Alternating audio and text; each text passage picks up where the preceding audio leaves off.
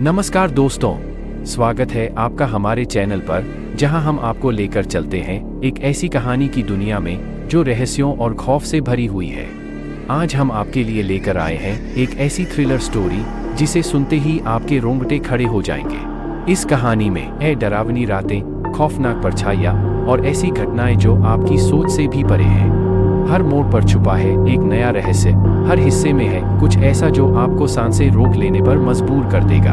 तो तैयार हो जाइए इस रोमांचक यात्रा के लिए, जहां हर कदम पर आपको मिलेगी नई पहेली और हर जवाब के साथ सामने आएगा एक नया सवाल। इस कहानी में आपके सामने आएंगे अद्भुत और अकल्पनीय घटनाएं और आपको पता चलेगा कि असल में डर क्या होता है।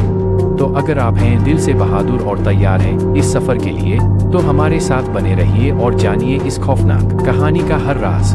वीडियो को लाइक और चैनल को सब्सक्राइब करना न भूलें, ताकि आपसे कोई भी नया वीडियो मिस न हो जाए। तो चलिए दोस्तों, शुरू करते हैं इस भयानक सफर को। भाग 1, रहस्यमयी हवेली। गांव के किनारे पर एक पुरानी खंडहर सी हवेली थी जो बरसों से वीरान पड़ी थी। गांव वाले कहते थे कि उस हवेली में भूतों का डेरा है।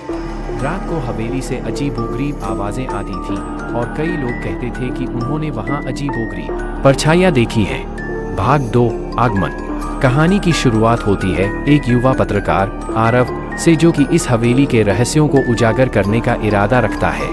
आरव ने हवेली के बारे में बहुत सी कहानियां सुनी थी और उसे इस पर एक अच्छी रिपोर्ट बनानी थी। भाग 3, पहली रात। आरव ने अपने कैमरे और अन्य उपकरणों के साथ हवेली में प्रवेश किया। पहली रात उसने वहां कुछ अजीबोगरीब चीजें देखी। अचानक एक पुराना झूला अपने आप हिलने लगा। उसने सोचा कि ये सब हवा की वजह से हो रहा है, लेकिन जल्द ही उसे एहसास हुआ कि यह कोई सामान्य घटना नहीं है। भाग 4, अजीब घटनाएं। अगले दिन आरव ने हवेली के अंदर और खोजबीन की। उसने देखा कि दीवारों पर पुरानी तस्वीरें थीं जिनमें कुछ लोग थे, लेकिन जैसे ही उसने उन्हें ध्यान से देखा, उसे लगा कि उन तस्वीरों के लोगों की आंखें उसे घूर रही हैं। उसने महसूस किया कि हवेली में कोई अदृश्य ताकतें हैं जो उसे देख रही हैं। भाग 5, रहस्यमयी पुस्तक। आरव को एक पुरानी पुस्तक मिली जो किसी गुप्त भाषा में लिखी हुई थी। उस पुस्तक में कुछ अनसुलझे रहस्य थे। उसने महसूस किया कि इस पुस्तक का हवेली से कोई गहरा संबंध है। पुस्तक में कुछ मंत्र और तंत्र विधियां लिखी थीं जिनसे आत्माओं को बुलाया जा सकता था। भाग 6, आत्माओं का सामना। रात को आरव ने उन मंत्रों का उच्चारण किया और तभी हवेली में अजीबोगरीब घटनाएं घटने लगी। एक अदृश्य ताकत ने उसे धक्का दिया और उसने देखा कि हवेली के हर कोने से परछाइयां निकल रही थीं। वह डर के मारे भागने लगा, लेकिन उसे पता चला कि अब वह हवेली से बाहर नहीं निकल सकता। भाग 7, पुराने रहस्य। आरव ने पुस्तक को और ध्यान से पढ़ा और उसे पता चला कि इस हवेली में एक परिवार की हत्या हुई थी, जिनकी आत्माएं अभी तक शांति नहीं पा सकी थीं। वह परिवार हवेली के मालिक थे और उनके साथ एक बहुत बड़ा अन्याय हुआ था। उनके हत्यारे आज भी खुलेआम घूम रहे थे और इसलिए आत्माएं बदला चाहती थीं। भाग 8, संघर्ष। आरव ने आत्माओं से बात करने की कोशिश की, वह उनकी मदद कर सकता है, लेकिन आत्माएं उसे अपने हथियारों की तरह समझने लगीं और उस पर हमला कर दिया।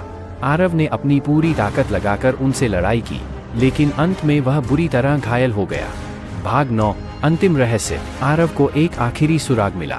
उसे पता चला कि अगर वह उन हत्यारों का नाम उजागर कर देता है और उन्हें सजा दिलवाता है, तो आत्माएं शांत हो सकती हैं। उसने अपनी रिपोर्ट तैयार की और गांव वालों के सामने पूरी सच्चाई उजागर की।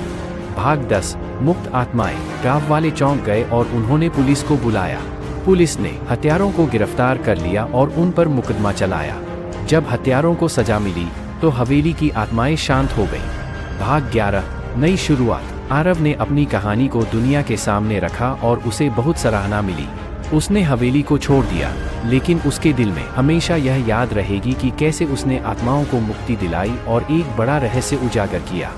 इस तरह एक युवा पत्रकार की हिम्मत और साहस ने एक पुरानी हवेली के भयानक रहस्यों को उजागर किया और आत्माओं को शांति दिलाई।